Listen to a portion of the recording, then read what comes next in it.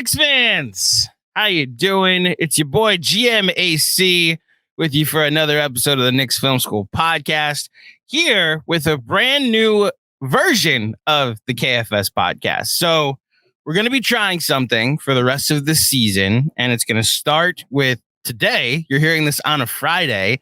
The name that we're going with for right now is called Casual Friday, in which the crew that you've heard most of them, in fact, you've heard all of them now that I think about it, because even though we tried for a month to get Mensa on, but then John got sick, I got sick, and John got sick again. The three of these gentlemen have been helping us with the pregame show, or co-hosting the pregame show, for the first half of the season. And here in 2023, they're going to be the Casual Friday crew, because it's Friday and we're all a bunch of casuals talking about the Knicks, right? So I'm here to introduce the three gentlemen that you're going to hear every Friday for the rest of the season, as long as the Knicks don't have a game on Thursday. And joining me for Casual Friday, the very first one, you heard him a little bit about a month ago. It's going to be XJ. XJ, how you doing? How are the vibes right now? Vibes are immaculate. I'm super cash right now. Super ready to go for the pod. Let's do it. Let's do it. And next we have the king of Rihanna's internet, the one and only Shawn with a W. You hear him every Saturday on KFS Study Hall, or Sunday whenever we decide to turn the Twitter Spaces into a podcast. Shawn, how are the vibes? The vibes are they're not immaculate, but they're optimal. I think that's a good way to put them. Vibes are optimal. Optimal yes. Vibes. Oh, that's better than bad vibes. I dig it. And then it's funny. So I hinted at this. We scheduled each of them to have a KFS pod appearance in the first 3 months of the season. Mensa was supposed to get December. And so we scheduled him. Then John got sick. He was like, hey, you mind rescheduling to a week from now? Sure. Then I got sick and we had to pivot. And he was like, yeah, sure, that's fine. Then John got sick again. But then RJ went off for 44 and we had him on for the beginning of that post-game pod. Also, used to be a regular contributor when we were doing Spotify Green Rooms. And that's when it was just Mensa Smith married man, because you called us on the day of your wedding, Mensa, to contribute to Spotify Green Room. Mensa Smith, the king of betting and sweating. You should follow him at More Like Mensa, because his betting picks are immaculate. Mensa, I know the Knicks, we share sports allegiances, so the Jets and Mets vibes, I know how those are. But as far as your Knicks vibes, how are they doing? The Knicks vibes are great, man. I love what we're doing. I love how we're going. And no matter what guys are doing on other teams, I will be very content with what we have in New York. I agree. And that's a great segue into how we're going to do this episode. So I have no idea if this is going to be every week that we do this type of format, but XJ, being the genius that he is, came up with the format called Box in One, in which we will each come to the table with a topic, a discussion topic, a stat that leads to a discussion, a thing they heard, a take they heard, something that leads to a discussion, kind of like the sports reporters way back in the day. Shout out to the old heads that recognize that reference or understand that reference. So yes, thank you, Shawn. Mensa, I'm going to give you the floor first with your topic, because I do think it is from what I can tell of the list of topics we have today, it's the one that was the most prevalent today. So Mensa, the floor is yours. What is your Box in One topic for this episode? So the Box in One topic for me is going to be this rolling FOMO of not being able to land Donovan Mitchell in a trade. Before let's discuss what Utah gave up. No, I'm sorry, what Cleveland gave up in that trade. They gave up the arguable front runner for most improved player of the year in Lauri Markkanen. They gave up their 2022 lottery pick, 14th overall. And I think Ochai Agbaji is the name, the wing out of Kansas. And they also gave up unprotected picks in 2025, 2027, 2029, as well as unprotected pick swaps in 2026 and 2028. So that is 5 years unprotected control of their draft.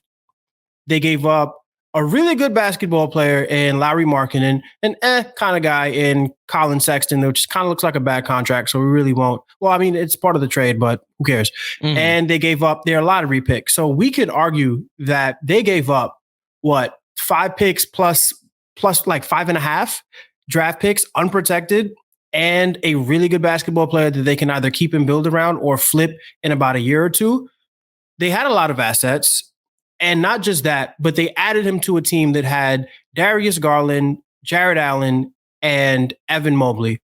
The New York Knicks, not even in hindsight, at the time, would not have been able to match that trade. And please, at least a Knicks fan as rational as me, there's no way I want you trading 5 years of your draft for Donovan Mitchell, who is a top 10 player in the NBA right now. Do not get me wrong. However, the New York Knicks, the way we felt at the moment, we're not able to do something like that and add another guy, because we always know it's not just about getting the first guy, but getting the second guy, given the state of the roster. Fast forward to, Monday night? Yeah, it was definitely Monday night. Fast forward to Monday night, and Donovan Mitchell scores 71 points in an overtime victory against the Chicago Bulls. And everybody went nuts. Oh, this is why we should have traded for him, yada, yada, yada, the whole nine. So let's talk about what the Knicks would have had to do in order to match that trade package that Utah ended up getting from the Cleveland Cavaliers. We probably would have had to put Emmanuel Quickley, RJ Barrett, 3 unprotected firsts, whatever the fake picks were, and some pick swaps. Let's not worry about the picks. Let's talk about what that does to the team immediately. Right now, the New York Knicks are top 10 in both offense and defense, 7th in net rating. Adding a guy like Donovan Mitchell to that offense obviously would have skyrocketed it. But if we lose Emmanuel Quickley, what does that do to the defense? Mm-hmm. Maybe we keep Quentin Grimes, right? The long story short is that trade that the Cleveland Cavaliers make, as opposed to, and even if the Knicks made that trade, that is an all-in trade that the New York Knicks would not be in position to win a championship with. And we can argue all day, all night. I would actually argue in favor of the fact that Jalen Brunson and Mitchell Robinson are playing better basketball than Darius Garland and Jared Allen this season. I would argue that. So maybe if you add Donovan Mitchell to the team that we have now with a resurging Julius Randle, maybe we're a 50-win team, maybe we're a 55-win team, maybe we're a 57-win team. But when we have to play a team like the Boston Celtics and we're looking across at Jason Tatum and Jaylen Brown, or we're playing the Milwaukee Bucks and we're looking across at Giannis Antetokounmpo, I will not know that I have the best player on my team as with the New York Knicks. And I would also know that I don't have the flexibility to get a guy better than Donovan Mitchell. And I don't believe that Julius Randle is ever going to be better than Donovan Mitchell. So Cleveland was able to make that trade for a very simple reason. They believe that in their building, they had 2 guys that could eventually be better than Donovan Mitchell. Because if you look at the history of basketball, not even the history of basketball, let's look at the last 5 years. The best players on the last 5 championship teams, Steph Curry, Giannis Antetokounmpo, LeBron James, Kawhi Leonard, Kevin Durant. Donovan Mitchell is a great basketball player. He's a phenomenal basketball player. He's having the best season of his career. He would not be in the same tier of players as those guys. So when it comes down to it, the best player on your team for a championship team, and for me, yes, it is championship or bust. I understand the people that just want to watch a good product year in after year, but honestly, I'm 28. I got my whole life ahead of me. I can be a little more patient than other guys. When you make that trade, you have to get a guy that I could believe is going to take me to a championship. Not just a guy who's going to close in the fourth quarter, not just a guy who's going to win me a playoff series. I don't want that, because honestly, you can win a playoff series without a superstar. But when you're making the superstar trade, it needs to be a superstar. And the last thing I'll say on this is understanding the win curve is basically everything when it comes to evaluating your basketball team and knowing the moves you can make. 2 teams this summer evaluated their win curve and were dead wrong. Going all in for Rudy Gobert is easily a mistake, especially for all the picks they gave. And look at what the Atlanta Hawks did. They went all in for DeJounte Murray. They traded 3 picks. I think 2 of them were unprotected. And now what's the second move? And you're barely a play-in team. So I give the Knicks front office credit for understanding where they were on the win curve, even if they underestimated it, I give them a little more credit for that and not going all in on Donovan Mitchell and holding on to the assets, because now those same assets that we were offering to Danny Ainge, all of those assets now look better. Emmanuel Quickly looks better. RJ Barrett looks better. Mitchell Robinson looks better. Quentin Grimes looks better. Obi Toppin looked better, but he got hurt. So I can't fault anybody that way. So I'm proud of the New York Knicks. I was proud of them in the moment. It hurt because we didn't get Donovan Mitchell, but I'm proud that they understood where they were on the win curve. They did not make that trade. And now when the next guy comes up, now is the time, I believe, for the Knicks to go forward and get that first guy, because we're seeing what Jalen Brunson looks like. We're seeing what Quentin Grimes looked like. We're watching RJ Barrett take the next step. We're watching Julius Randle be an all-star again and probably he's having the best season he's had as a New York Knick, better than the We Here season. We watched Mitchell Robinson take the next step. All of our guys are peaking right now. So we need, now if we add a superstar into the mix, now I know, okay, we don't have to give up as much for the next guy. Maybe not, who knows? But we are in a position now that I believe we can make that star trade that I didn't believe in September. So, hey, we missed out on Donovan Mitchell. It sucks, but we didn't overpay for a guy. We still have all of our assets, and we're still a top 10 team in net rating on both offense and defense. So I'm happy with what we have, and I'm willing to go to war with who we have. So a couple things before I turn it over to XJ and Shawn for any rebuttal or anything they want to add on. The only pushback I'll give, as much as I'm fine, like I think I've landed on, I would have been able to talk myself into either way. If they did make the Donovan Mitchell trade, it was like, it's a lot, but you got Donovan Mitchell, and they didn't make the trade, and it's like, all right, it stinks we don't get Donovan Mitchell, but you're not completely screwed. Like there is a pivot to a different kind of plan, which is what we've seen this season. The only pushback I'll give is like, any pride I have in this front office is almost by mistake. They tried to trade for Donovan Mitchell, and if Danny Ainge calls back the day after he gets, or maybe the hour after he gets that offer from Cleveland, I'm pretty sure Donovan Mitchell's a Knick, and the Knicks will have overpaid even worse. He was just tired of dealing with the Knicks, and so he pulled the trigger. The rest I agree with, and this led to a thread that you posted in which you got some activity on social media on Tuesday, in which you laid all of this out so brilliantly. Also led to the name of this show, Casual Friday, because someone called you a casual. And here we are on Casual Friday. XJ, your thoughts on the reaction to the Donovan Mitchell 71-point game and how it suddenly became a Knicks what if of why they didn't trade for him? XJ, what are your thoughts? I don't have a ton to add here. I think Mensa really covered it all really eloquently.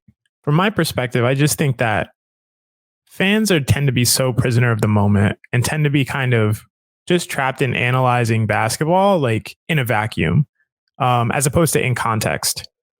If we had Donovan Mitchell, this would be a different Donovan Mitchell than the Cavs having Donovan Mitchell. I mean, yes, Mitchell is a singular talent, would be exceptional anywhere he went, especially on the offensive end. But in that system, with those players, with that, the defensive backstops that he has there, the offensive co-stars that he has there, like that team is ready to ascend to potentially championship contention. And this was completely different context here. So I don't feel like, hey, anything that happens in Cleveland with Mitchell would have happened here. Like we can't analyze that way. Like we have to consider the context. We have to consider all of the players and the assets that they have and the place that they are as a franchise and whether they're ready to go all in. And we just weren't there yet as a Knicks franchise. So, the 71 is great. Donovan Mitchell, we know, is a supreme offensive player, like a top 10 offensive player in the NBA. He's been that for the last maybe 3, 4, maybe 5 years. He's exceptional and anybody would love to have him, but there's a price, there's an opportunity cost involved in every deal that you make. And I liked it personally, not making the deal. Like you said, GMAC, like I don't give the front office credit for it based on the reporting. Yeah. So I don't necessarily give them credit for that, but I honestly, I'm glad that it didn't happen. I think that in the long run, as long as this front office, the Knicks front office, plays their cards right, we will be better off in the next 5 years than we would have been if we acquire Donovan Mitchell for some kind of extreme overpay, which would have included like RJ, maybe 2 of the other younger players, including like Quentin Grimes or IQ, 3 draft picks, all the like maybe I think it was 3 first round unprotected, and then all of the protected draft picks that we have. I think it's just too much, and I like the patient approach. So I'm on the same page. Shawn, what about you? I mean, actually, like, when you follow a team day by day, every day, it's very easy to get caught up in like the ups and the downs and the whims, right? I saw that Jeremy, our own Jeremy Cohen, had a little back and forth with a gentleman on the Twitter, and the gentleman was just, it was, I mean, whatever. And basically, the point that Jeremy was trying to make was that I think the gentleman was talking about it was about someone not being in the it was about I forget what it was about. But the point that the Jeremy was trying to make is that like I can think one thing now and I can think another thing later based on information that I have. But that doesn't necessarily make me a flip-flopper, for lack of a better word. I think the gentleman was trying to imply that like if you were going to trade Julius Randle until this stretch of games, and now you don't want to trade him, that's very wishy-washy. And it's true. And you don't want your front office doing that. So the last thing I would want is for the front office of this team to say, you know what? After seeing him score 71 points, I think we should have traded for Donovan Mitchell. I know what I'll do. The next star that comes along, nothing will get in our way. And we'll absolutely give up the entire farm for Karl Anthony Towns. In which case, I will then take a fake gun and hold it to my head.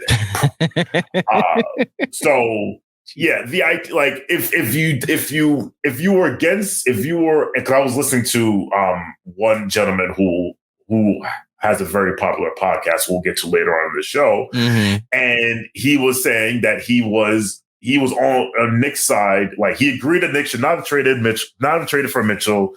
And then he scored 71, and now he's like doing what-ifs. It's like, well, one, I know why you're doing it for clicks, but it's like, really? Like, if you were against it before, one game should not have changed your mind. And if you were for it before, like, if you're always for it, then, because what happens is the people that were for it, when Donovan Mitchell had a terrible stretch before this game, no one was saying, it would have been stupid to say, like, hey, this is why you shouldn't have traded for Donovan Mitchell because he had 4 bad games. It's like, the cavalcade of whimsy is just, it's too much. It's absolutely too much. Your opinion should be your opinion. Your opinion should not have changed based on the outcome of that game. So, look, I don't have much to add other than, like, I echo Shawn's sentiment of, like, I don't think that this will change, that one game changed anything in the front office, that like the risks of trading for a guy before you had other questions on your roster that needed answers. Those answers are still being made, like being given this season. So you're still finding out what you have in Quentin Grimes. You're still seeing, what RJ's trajectory. You're still seeing what Jalen Brunson with the extended minutes load looks like. And the biggest thing is, like, Julius Randle was not an asset this summer. He might actually be the next time you go into some type of trade negotiation for a star. And maybe the star's better than Donovan Mitchell. What I also echo with Shawn is, like, I really don't think they're going to panic the way those of us putting fake Zach LaVine trades out there might be. That I said it, and it was true a month ago. It's true now. A Zach LaVine trade is a panic trade. It's not playing it out. It's not waiting. It's not being patient. I have my sights set a little higher that the Spurs will lose in the second round. Not the Spurs. The Sixers will lose in the second round, and then Harden goes to someplace else, and then Joel Embiid might look elsewhere. And hey, what do you know? We have a 2-time All-Star Julius Randle that might actually be better fit for the trade than RJ Barrett. Like, that's why you wait. And the Cavaliers have, Jared Allen and and Darius Garland and Evan Mobley, and their hopes that those three will get better around Mitchell. So they were able to go all in like that. They had more answers to their questions. And these regular season moments, which, look, what spawned Mensa's thread, if it's okay if I say this, Mensa, what spawned your thread was the reaction to the moment. But we were Monday night, like, if he did this in the Garden, you just would not be able to talk to me for like 3 weeks. I'd be like, hey, Donovan Mitchell scored 71. Hi, my name is Andrew. How nice to meet you. Like, strangers would know that Donovan Mitchell scored 71 points for my basketball team. Having said that, regular season moments, they don't change anything. Nothing has changed to the Donovan Mitchell conversation since the summer. And I will hope that the front office continues their patient approach. As you know, Noah Vonleh got traded today. Trade season has officially opened in the NBA this year, and we'll see what that means for the team that we root for. XJ, I believe you have a data-led take or thing that you're bringing to the table. So it might be about the Knicks' recent performance. They are 11-5 in their last 16 games. XJ, the floor is yours. Well, I appreciate it. And of course I have a data-driven segment. What else would you expect? Of course. So on most of our casual Fridays, my box and one topic is going to be a segment I like to call Stats Don't Care About Your Feelings. So during this segment, I'm going to share one Knicks stat, or, maybe like a collection of stats from the previous week that seems potentially troubling or something that, feels unsettling. And I want to hear from the crew whether it brings them down or they're not concerned at all.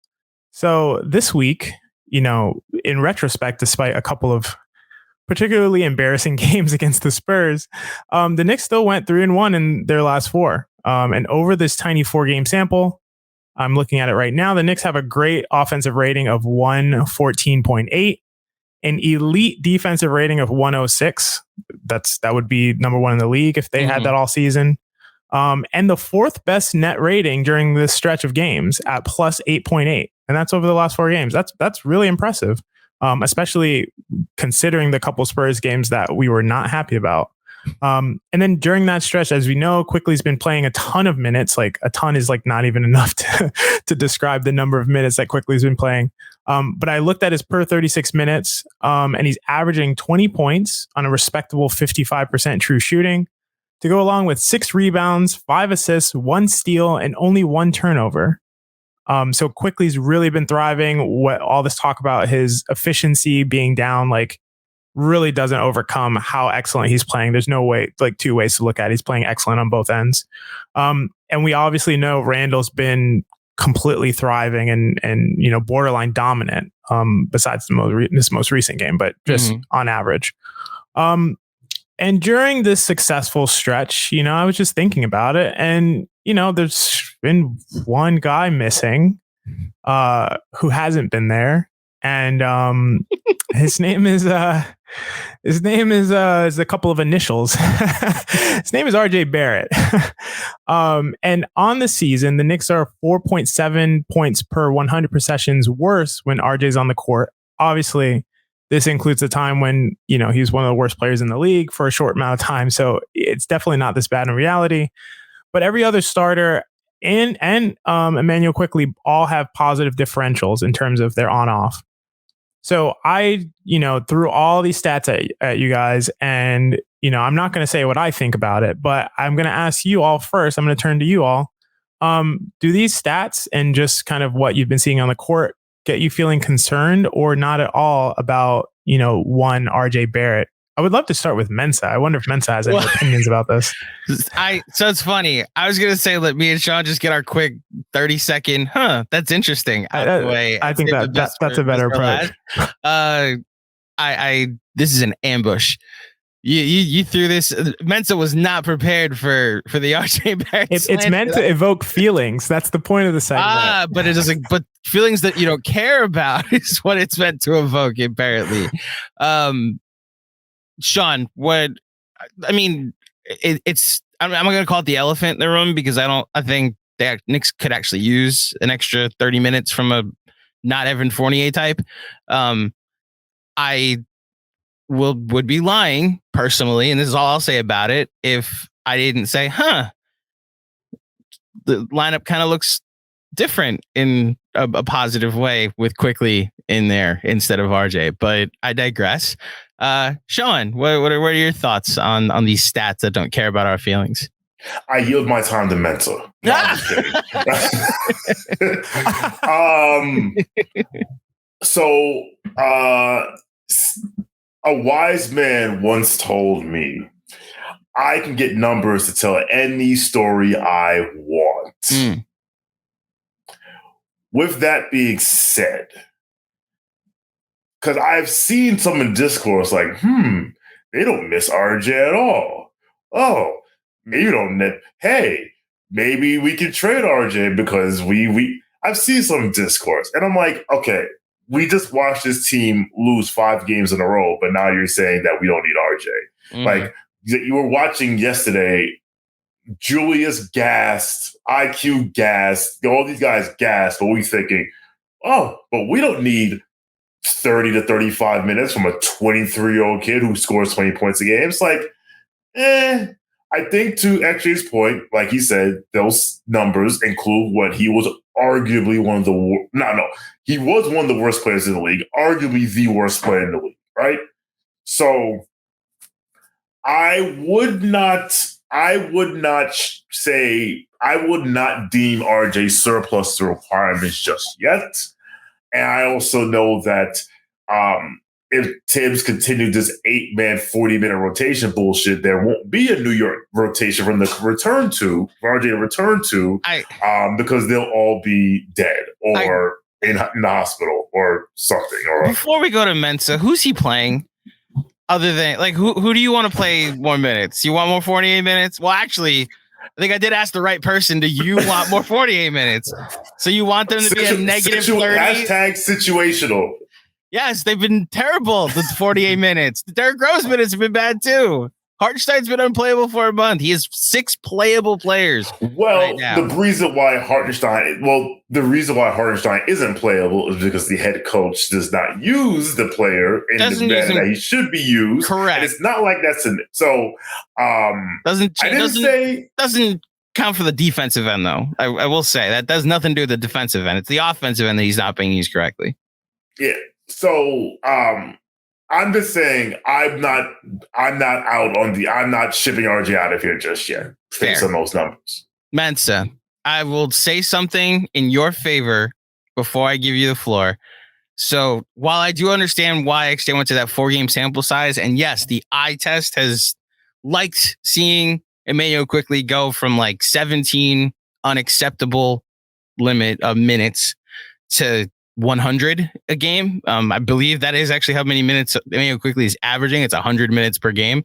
If you make the sample size to December 4th, when they made the switch, the most recent rotation switch, when they went to Deuce and they sat Cam, they sat Derrick Rose.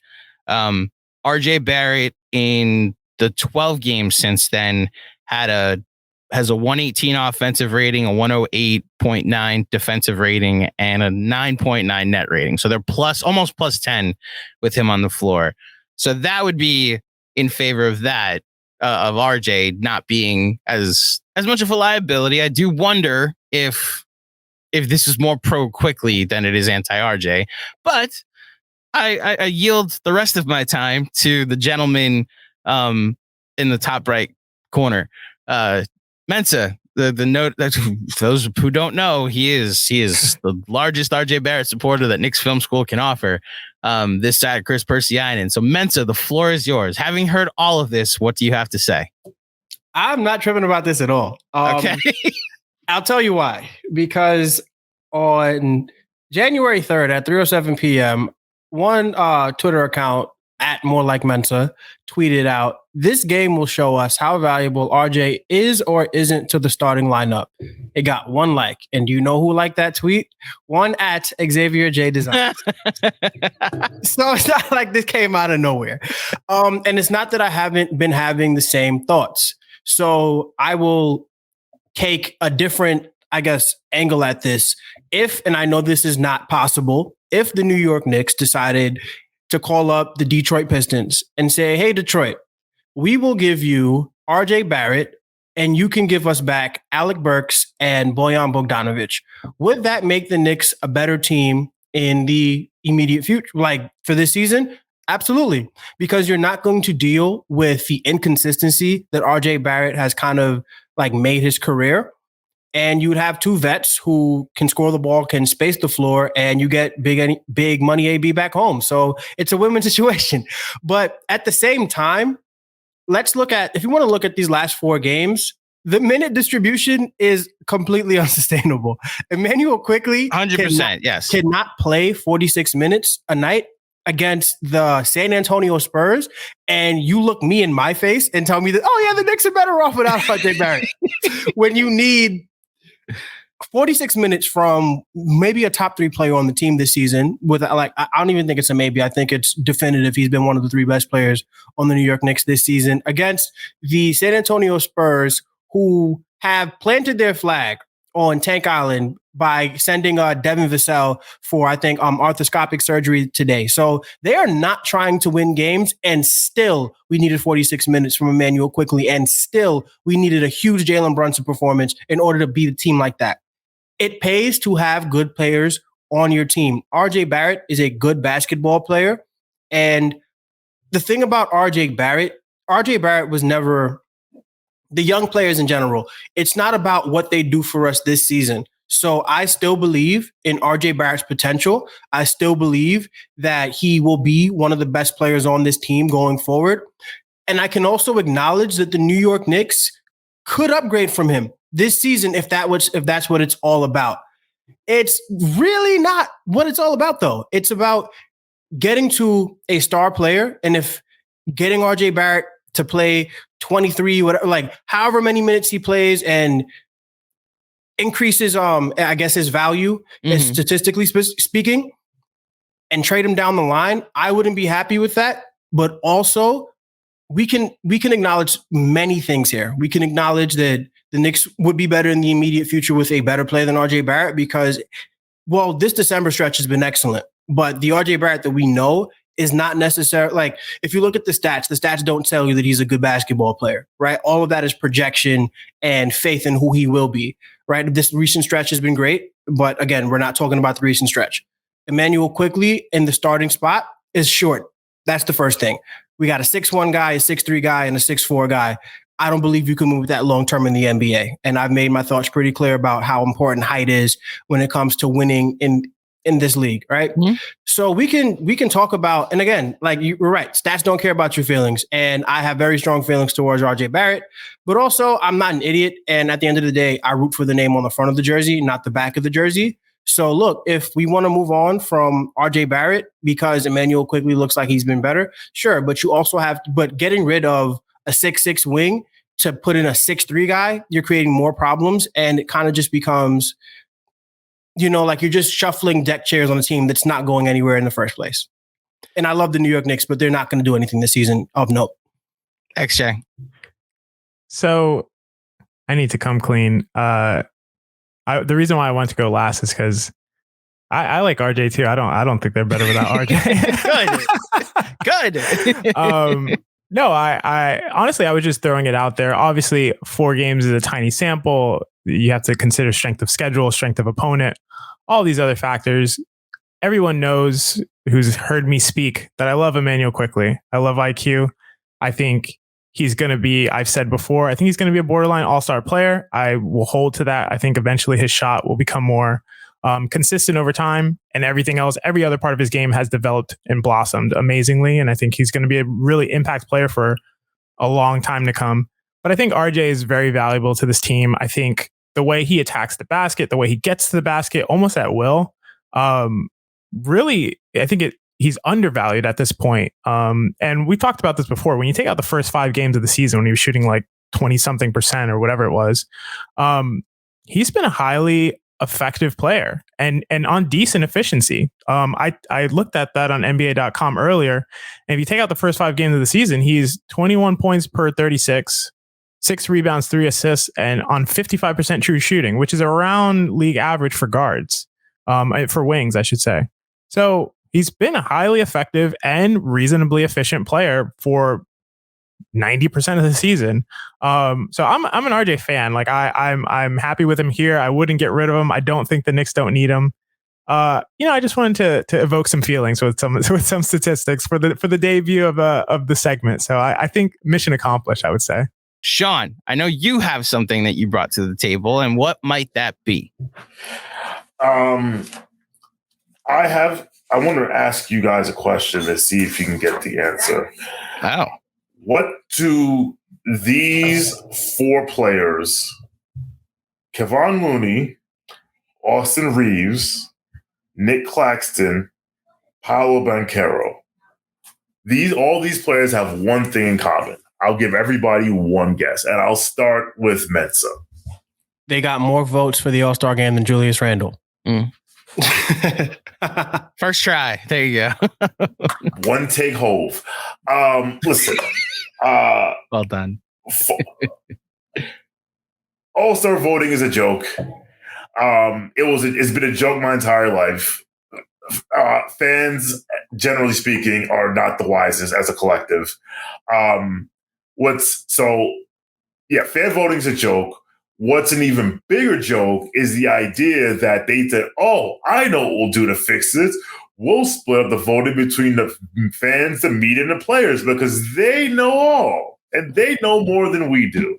And what whoever made this decision failed to realize, or realized but just didn't give a shit, is that people like fans, the media members, and players all have one thing in common. They're all human beings, and human beings have their biases. I'm not going to go nuts and trash the fan base for not voting enough for Julius and Jalen, simply because they were never going to be starters ever, which is fine. I'm not here banging the drum for Julius Randle All-Star starter or Jalen Brunson All-Star starter. I mean, when you look at the front court like Durant, Giannis, Embiid, Tatum, like, you're done, right? And then for the guards, like, say what you want about Kyrie, he's been balling. Donovan Mitchell, the aforementioned Donovan Mitchell, Jaylen Brown, what have you. So my son is. He's really upset that he's eating and he's downstairs and he's like, "Go eat your dinner. Go. I'm doing a podcast. Go. Bye." Tell him to vote as many times as he can while he's up there. He got more votes than Julius Randle too. Yeah. Go ahead, John. So I will say, I will say that everyone's votes going forward should just be 5 Knicks and screw the West going forward. Who is voting for Derrick Rose? That's what I really wanted. The city of Chicago. Yeah. Okay, but so everyone in Chicago's backcourt is literally Derrick Rose and DeMar DeRozan. Yes. Yes, that's what they're doing. Listen, I put the joke out there that Tibbs voted as many times as he could. But just had like a continuous thing, I'm trying to think of something that isn't offensive, but like literally had a room of people just sending in ballots as many times as they could. Chicago vote early, vote often.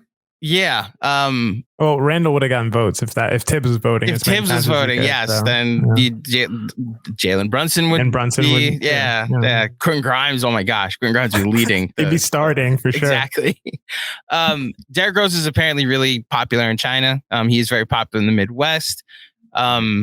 We saw this in the mid 2000s when, because it's an international vote, when Yao Ming was getting more votes than Prime Shaq.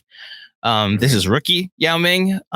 This is just a thing that happens. And this is why it's a popularity contest. It's why when I factor in all-time status, All-Star games is so far down the list of things I look at.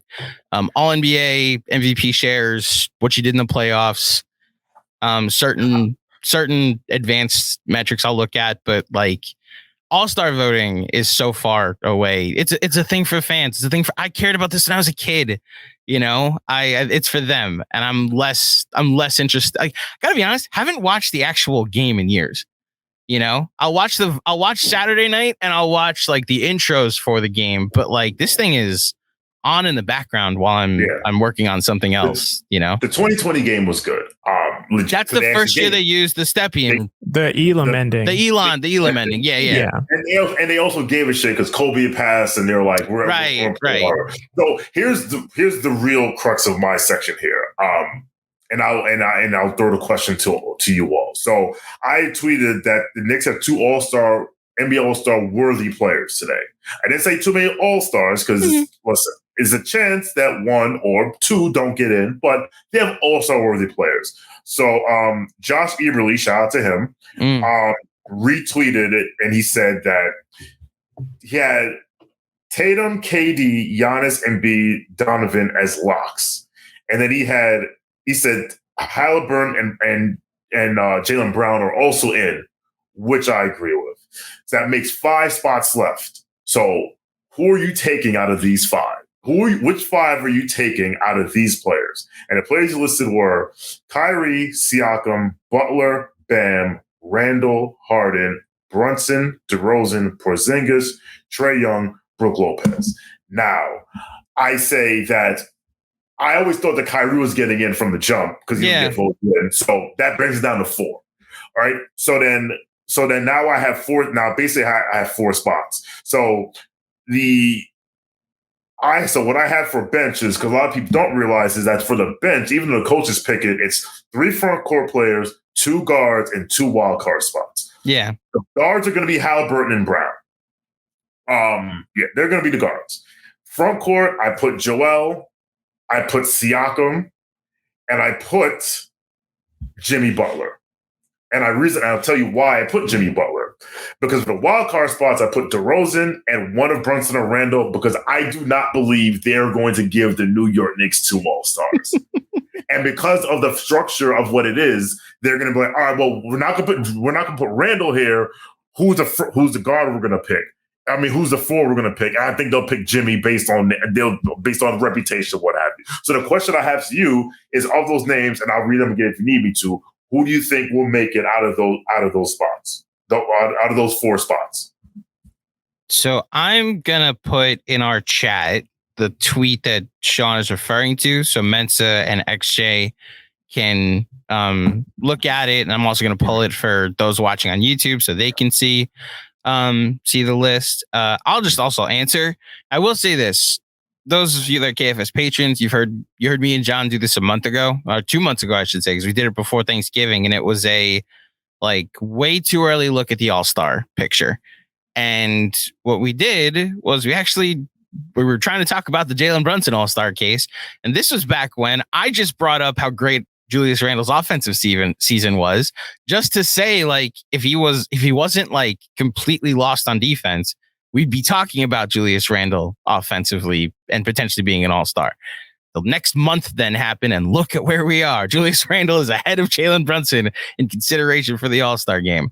Benji and John also had this very discussion as far as Randle's chances the other day on the pod, so not to completely rehash it.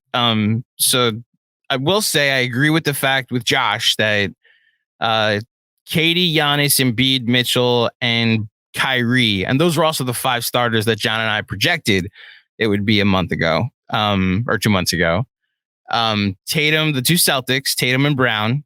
So I'm pulling Kyrie from that list, by the way. So yes, the 2 Celtics, Tatum and Brown, and then Halliburton. Yes, certain analysts for certain networks. Yes, Halliburton is a guaranteed All-Star. That gives me 8. Which means there's 4 spots. I'm not as sold on Jimmy Butler as you are. I do think Jimmy Butler's been great. I wonder how much games played is going to matter. And he's only played 25 games. If that doesn't matter, Jimmy Butler is an absolute lock. So I agree. I wonder, he's played as many games as Siakam, who I also think should get a ton of consideration. I I think DeRozan and Randall is closer than we think. Especially where the Knicks might be in the standings compared to where the Bulls are in the standings. Look, they're not getting 2 All-Stars unless if hypothetical, if not projecting it's going to happen, they go something crazy like 9-0 in their next 9 games. I don't think it's going to happen. Want that to be clear. Claudio curse, leave me alone. From this list though, that is out there, I'm obviously pulling Kyrie. I'll put Jimmy Butler on there. And then I'd put Harden and James Harden. What? No, I'm saying it ain't easy. It's not easy. Yeah. James Harden. Well, you're talking about games played. So Harden has fewer games played than Butler, and Butler's been better than Harden this year. You're right. No, you're right. So then I put Butler on. Oh, you did put Butler. I thought you said you were in the most recent thing, because I'm saying if that counts, then I'll put Butler and Harden on. Yeah. So I'll go Kyrie, Butler, James Harden, Pascal Siakam, Julius Randle, and then no Bulls, no second Buck, no Brunson.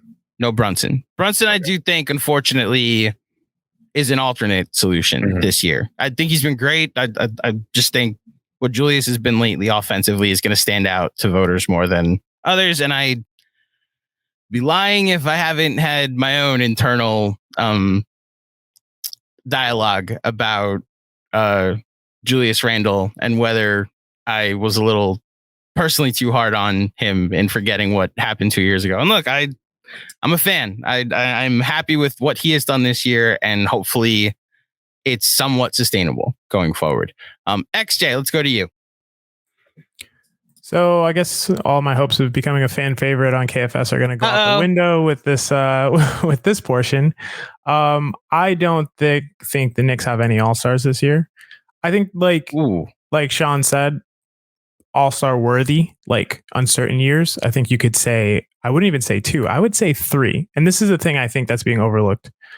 You're going to Mitch. I would go to Mitch as a better All-Star candidate than Brunson, actually. And it's really tough. But I think Brunson's had a really down, like a bad stretch. And maybe it was only a couple weeks long, but it really torpedoed. A couple weeks or a couple games? No, it was bad. It was bad. It torpedoed his stats.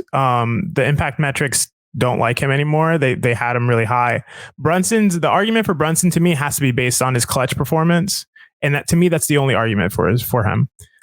He in the clutch, he per 36 averaged 31 points on 59% true shooting, which is insane. 7th most clutch points in the NBA on 77 minutes, and that's 46 field goal attempts is really high. To me, that's the only argument for Brunson in the clutch. But if you look at all of his normal stats, you guys know I love impact metrics that are like the good ones. And I love efficiency. And you look at all those things, Brunson's like, okay, his EPM, one of the best impact metrics to look at, one number metrics, is plus 0.9. So that's very low. He would be, I think it's like 88th in the NBA in that metric. His Raptor is 2.7. That would be 50th in the NBA. BPM is 2.6, not that great. His raw on off, he's actually a negative 1.2 on the season, which is in the 46th percentile. His true shooting is under league average. It's really difficult to make an argument for Brunson when you're talking about the guys on this list. He would be the last person on this list, I think, just looking at stats.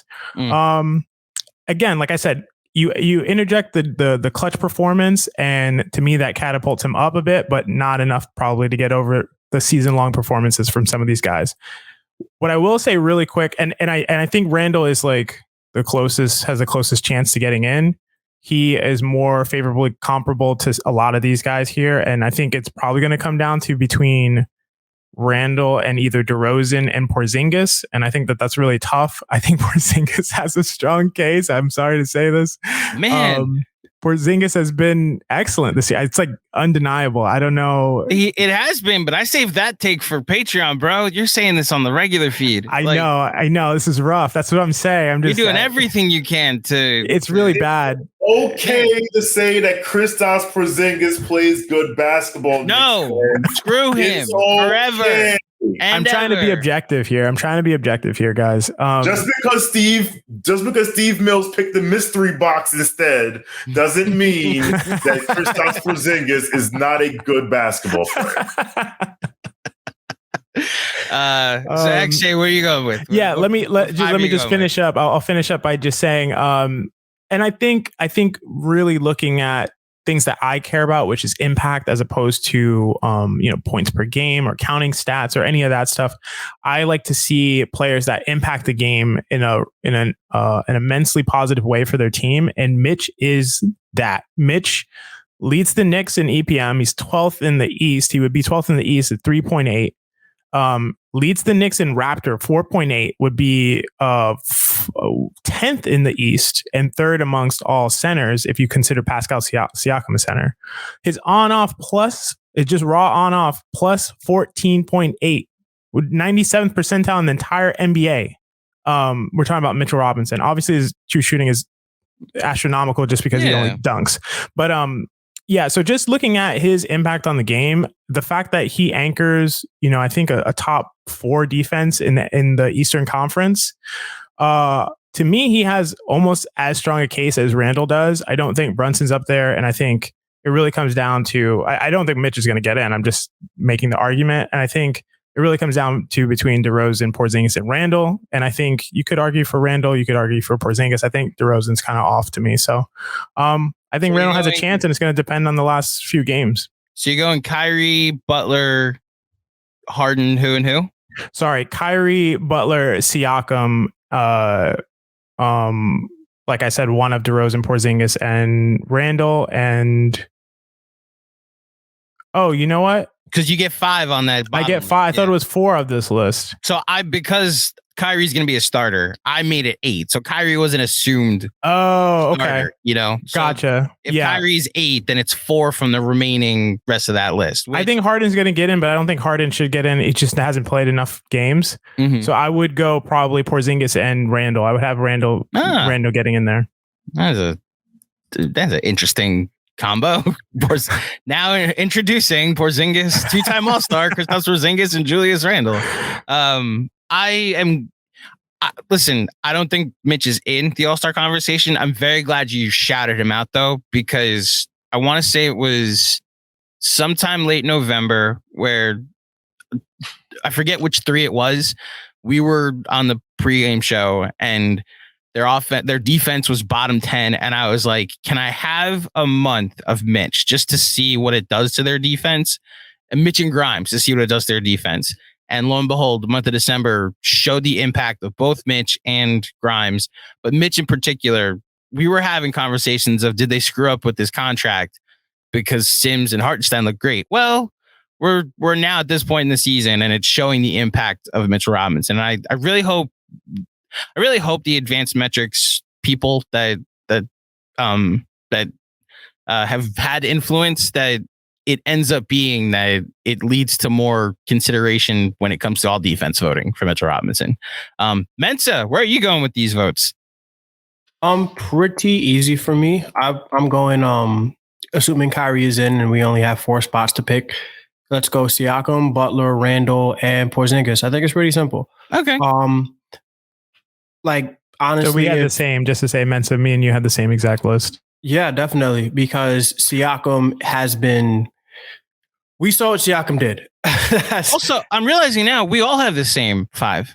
Like nobody said anybody different. I think I had Harden. You said Harden. I think so. What I said, Kyrie, Siakam, Butler. Oh, you have Porzingis over. Okay. I'm assuming Harden will get in. You guys are putting no James Harden. Okay. Gotcha. I'm not giving Philly 2 All-Stars because they've been too unhealthy throughout the season. You don't get to miss a month in this All-Star race and be like, yep, I'm an All-Star. It doesn't happen. I'm not rewarding the loser Bulls at all. Definitely. I mean, DeRozan's been great, but we're not rewarding the Bulls. The Bulls have been a dumpster fire as far as expectations go. And I would say internal expectations, because we didn't expect anything from Chicago in New York. And Porzingis has been great. Just like, he's been great. There's no getting around that. I personally believe that, the November man would stop being great in December, and it's January, and he's still good. And you can't. And then on top of that, I do like to see, front court guys get some love, because everything is, cross tween, hezzy, fast break dunk.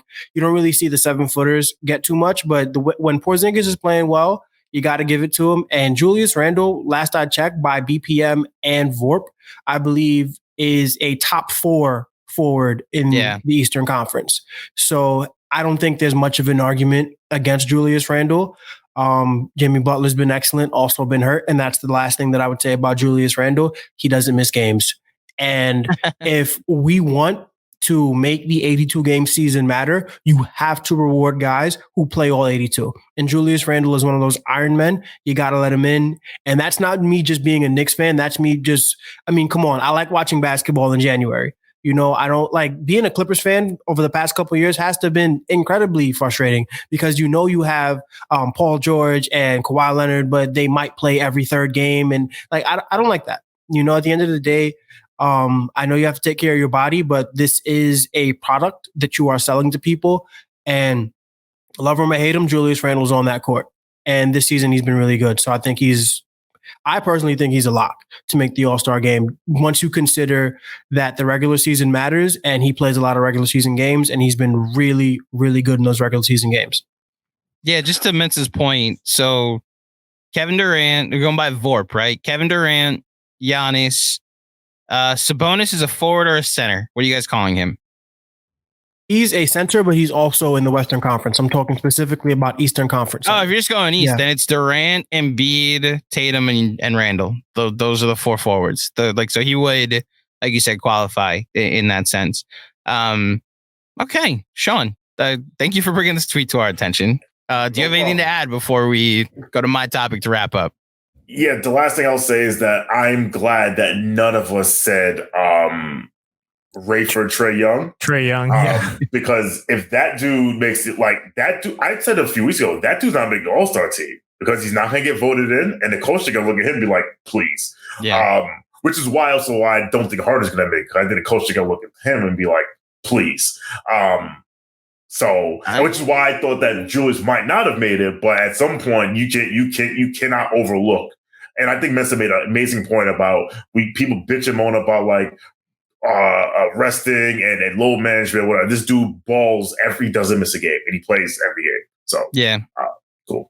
The name that's what is giving me pause is it's James Harden. Yes. The name power of it all might get a coach to be like, well, I game plan for this guy anytime he's on the court. So that's why that would happen. What do you got, XJ?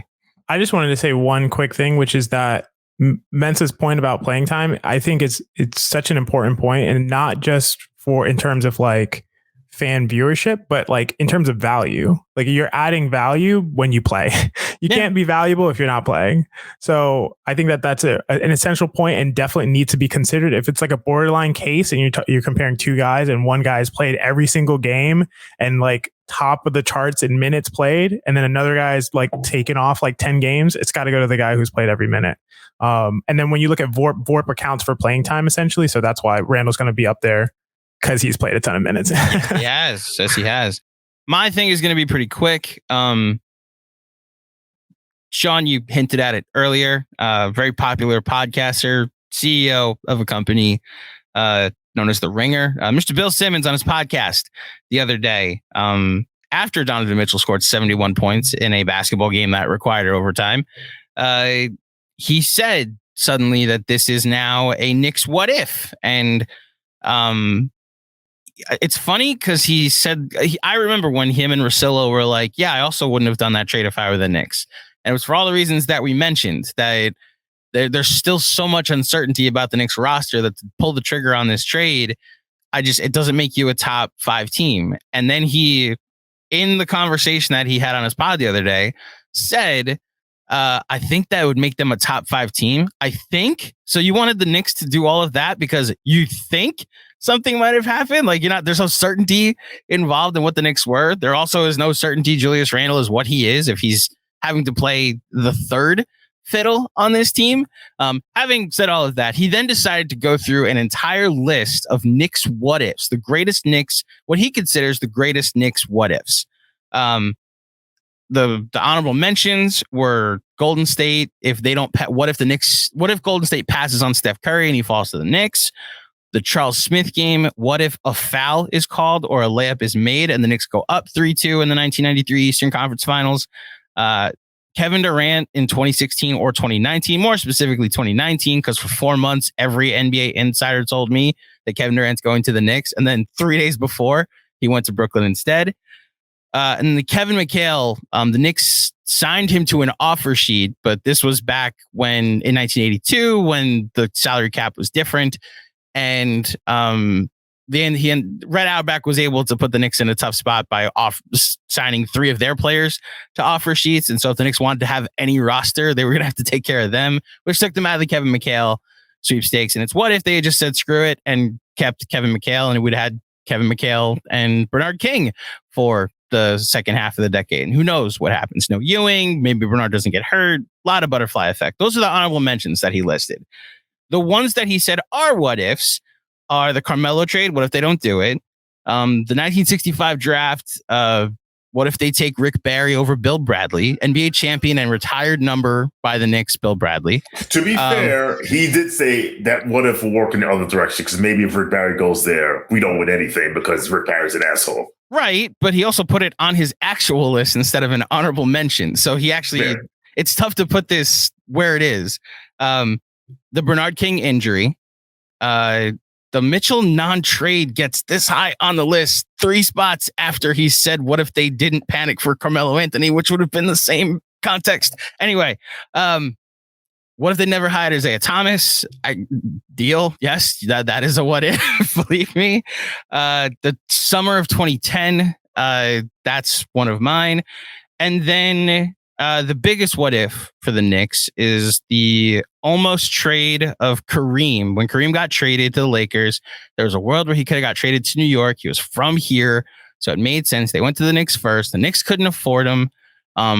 They had tried to get somebody else that was on the Sixers, and then the league also ruled that was an illegal signing. So not only did they void that signing, but the Knicks then lost their draft pick. So the Knicks ended up with not the guy they tried to sign from the Sixers, not their draft pick, and then Kareem went to the Lakers. And then there's been some books on this. I haven't read one of them in a while, but I believe the Julius Erving to the Knicks, because when the ABA, when the Nets came to the NBA, they owed the Knicks some money because of the territorial agreement. And like they owed them like basically alimony every year while they were in New York. And the Nets were like, if you get rid of that thing we have to pay you every year, we'll give you Julius Erving. And the Knicks were like, actually, we want that money every year. And they went to Philly instead with it. So the Knicks could have had, in this hypothetical Simmons world, Julius Erving and Kareem Abdul-Jabbar for the 80s, which, good Lord. It's fascinating that could have existed. My thing to bring to the table is how do you do an entire list of Knicks what ifs and not mention the name Pat Riley once? And then just to you guys, what are your personal, if it's on this list, great. If you have other ones to mention, what are your biggest Knicks what ifs? Mensa, we'll start with you. So while I appreciate history, I wasn't around for any of that stuff. Right. It's really going to impact what if to me. Exactly. So personally, my biggest what if for as long as I've been a New York Knicks fan is what if the Knicks gave the president of basketball operations job to an actual basketball guy? Like, what if we actually was like, hey, Masai Ujiri, we love you. We're going to give you $20 million a year for 5 years to come run the Knicks, and we'll be patient. What if we went and got, I think the Zanin guy in Boston? If we actually went out and said, we want to build this thing the right way. we're not worried about chasing stars. We're not worried about any of that. Let's go and build like we are the Oklahoma City Thunder. And I'm not saying to disrespect and dishonor the game with multiple years of tanking, even though I am pro tank. I just want to know what it would look like if the New York Knicks didn't care that they were in New York for like 3 years and said, let's accumulate assets. Let's go and build around a young player and let's be smart. Like, let's not worry about, we have to sell everything for Jalen Brunson, who I love and adore, right? But were there better things to do? Maybe we can argue that. But I just want to know what the Knicks would look like if they were ran not by an agent or by a triangle guru or anything like that. If they just said, let's do a basketball thing, hire the brightest basketball mind, sell him on New York, and let him build New York in his image. Shawn, what's yours? So when Mensa was saying, like, what if they did all these things? I was like, aren't they kind of doing that right now? Kinda like accumulating assets, half measures. It's half measured enough. What he's saying, what if they bottomed out? What if they sold off the parts on this team, like Randall? I say yes. Say I take. Umbrage not the right word because I'm not really, it doesn't bother me, but like I always find it interesting when people say like build it the right way, because like what's the right way, you know, like there's more than one. What I will say is that we did try to hire a basketball person and we hired him and did a good job, and then Mr. Dolan came in and said, all right, Messiah, I'll give you whatever you want, please give me Carmelo Anthony. That's neither here nor there. My what is and they were the 2 seed 2 years later. Yeah. Oh boy, 2 seed banner right over there. Anyway, God. My biggest what if is what if PJ Brown does not flip over Charlie Ward? That's my what if. Oh, you got the same as what if David Stern wasn't an asshole and suspended Ewing? I'm not even go there. Like, what if PJ Brown decides not to just flip a dude over because he was boxing out a little low? Like, what if? That's fine. Yeah. As far as actual gameplay is concerned, that's mine. I will say I've backed off it a little bit because they still would have had to go through the Bulls. I thought that was their best chance to get through the Bulls. I'm also not going to pretend like getting through the Bulls at any point in the 90s was easy. We all saw it. The Michael Jordan was Michael Jordan, but they beat the Bulls twice that year. They were they're one of 2 Bulls home losses for the Bulls. Bulls went 39-2 in the United Center that year. One was against the Knicks. If the 9-man 1 mission game is looked at as heroic, and I'm more like David Stern, like my roommate in college, Shawn, I guess everybody, one of my roommates is from Phoenix, and we shared that frustration of a David Stern suspension because he looks at 07, the Amari Stoudemire Game 5 suspension, the same way that I look at the Ewing suspension in Game 6 in 97, where it's like, if David Stern doesn't do this for him taking 2 steps off the bench, there's maybe a banner. And he's got a better case because they were going back to, they had home court in that series against the Spurs. The Jazz were waiting for them in the conference finals. And then LeBron and everybody else on the Cavs was waiting for them in the 07 finals. That was Steve Nash's best chance at a ring. So that's a legitimate what if you're a Suns fan. As far as the Knicks fan, that's the gameplay one that frustrates me the most, Shawn. XJ, what's yours?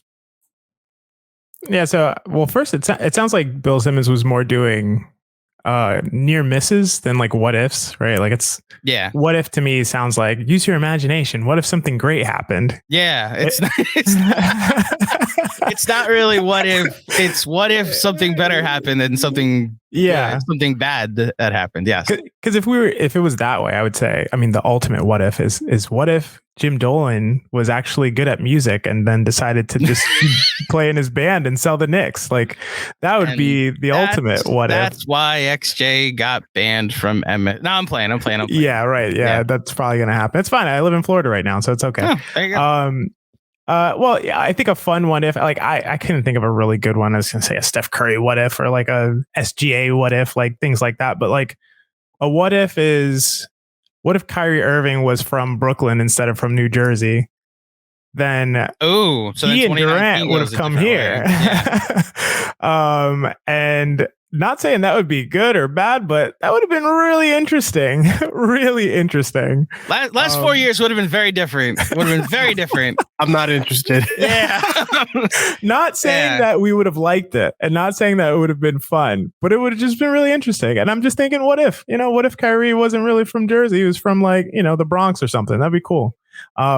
Yeah, that's all I got. My real what if is what if Dolan, was good at something else and didn't inherit, a basketball team from his dad. Knowing your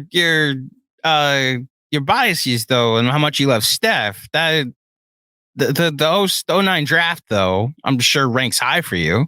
It does, but I don't consider it a what if because the Knicks didn't pass on him. He didn't make it to them. And it sounds like, I think Golden State was going to take him the whole time. So I don't see that as a realistic what if. More so SGA because we passed on him.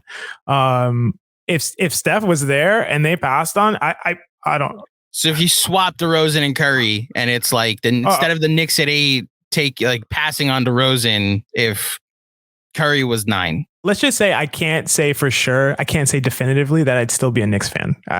Geez. It would be that it would hurt that much. Like I might not be a basketball fan. I might not be able to watch the sport anymore. If they just legitimately had him and it was just like, I got super excited. Like you're going to take Curry because I wanted Curry to go to the Knicks in that draft, obviously.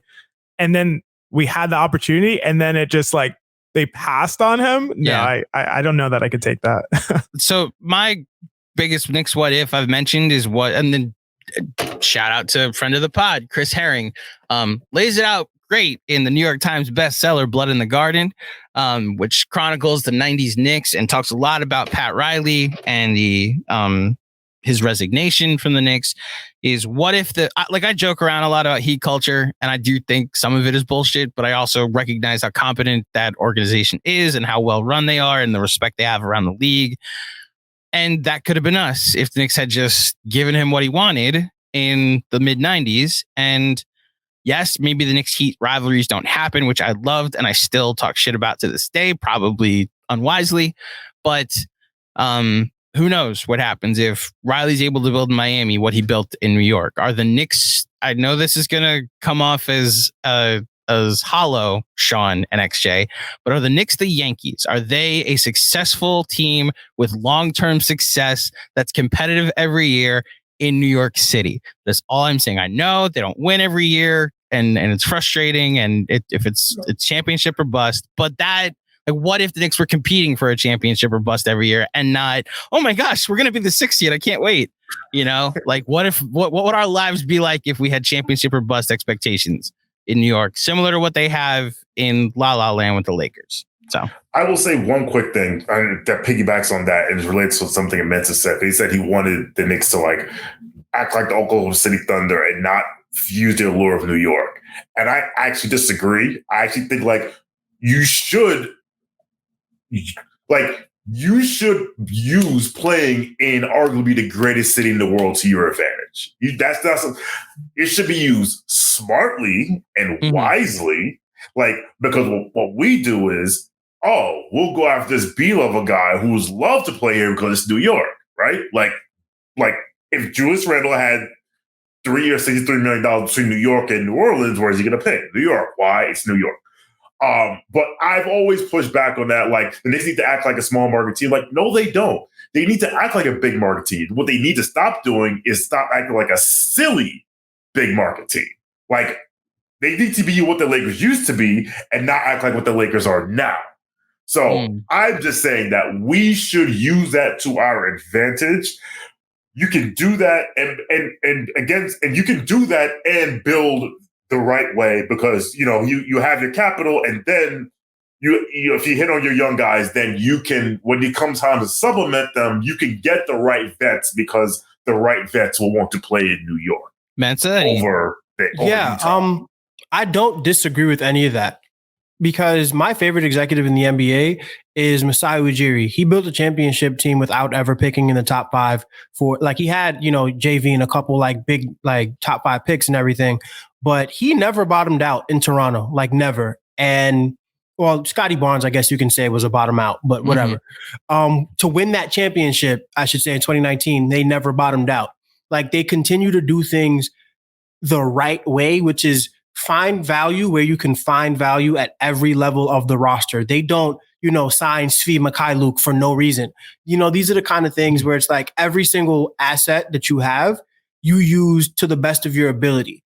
And it's not always about extracting value in every single transaction, as much as there's a long-term goal here, and we want to put the right things together in the right ways, where I don't necessarily believe this regime has done, and I know other regimes in the past haven't done. So it's that's what I want to see from the Knicks. If you hired a basketball mind and he looked at the roster today, if you fired everybody and he looked at the roster today and said, I believe in this guy, I don't believe in this guy, I believe in this guy, I think if I just do a couple things here, we never have to bottom out, we can continue to add, then I would love that. I just don't like when it's you can tell when the front office is stars or bust, stars or bust, stars are it drives me crazy. We've been doing it with regime after regime after regime. Phil Jackson said, oh, let's implement the triangle and stars will come. And I don't know what Scott Perry and David Fisdale and Steve Mills were thinking, where it's it's New York, they'll come. And let's clear the roster and put a 17-win team out there and stars will come. Yeah. Which is why personally, this is tangential, but I don't begrudge Kristaps Porzingis for looking at those 3 idiots and saying, you know what, maybe not here. I don't begrudge him at all for that, because I would not put faith in my 23-year-old body and look at those guys, David Fisdale and Steve Mills and Scott Perry, and be like, you know what, maybe these guys are the guys that'll get me to where I need to be. It didn't work out historically, obviously, because we ended up getting guys who kind of know what they're doing in the Leon Rose regime. But my main point is that I just want guys who want to put the best basketball product out there in the long term, where it's about long-term health of the franchise. And we can argue till the cows come home if Leon Rose and his regime are that, but I don't want it to be an argument. I want guys that I trust and know will continuously put the right guys in the right places and build the right operation. So we got Jalen Brunson slander, we got Kristaps Porzingis praise, we've got criticism of an unnamed owner, and we got more Kristaps Porzingis praise. Interesting first impression that you guys got going on here today. There was no Brunson slander. I love Brunson. You said he sucks. Why do you hate Jalen Brunson? Thanks for translating for me. Yes, you're welcome. Okay, I think this has been a very successful first edition of Casual Friday. Thank you, everybody, for tuning in. I'm gonna do a quick outro, but if you're watching on Twitter, if you're watching on YouTube, please give these guys a follow. Their handles are in the name tag underneath their faces. If you want to, you can follow me if you want, but if you want to do me even bigger favor, if you're watching, please like this video and subscribe to the channel. If you're listening, leave us a 5-star rating and a review. We'll be back next Friday with a brand new episode of Knicks Film School Podcast, the Casual Friday crew. And until next time, thank you for listening, and we'll speak with you soon. Peace.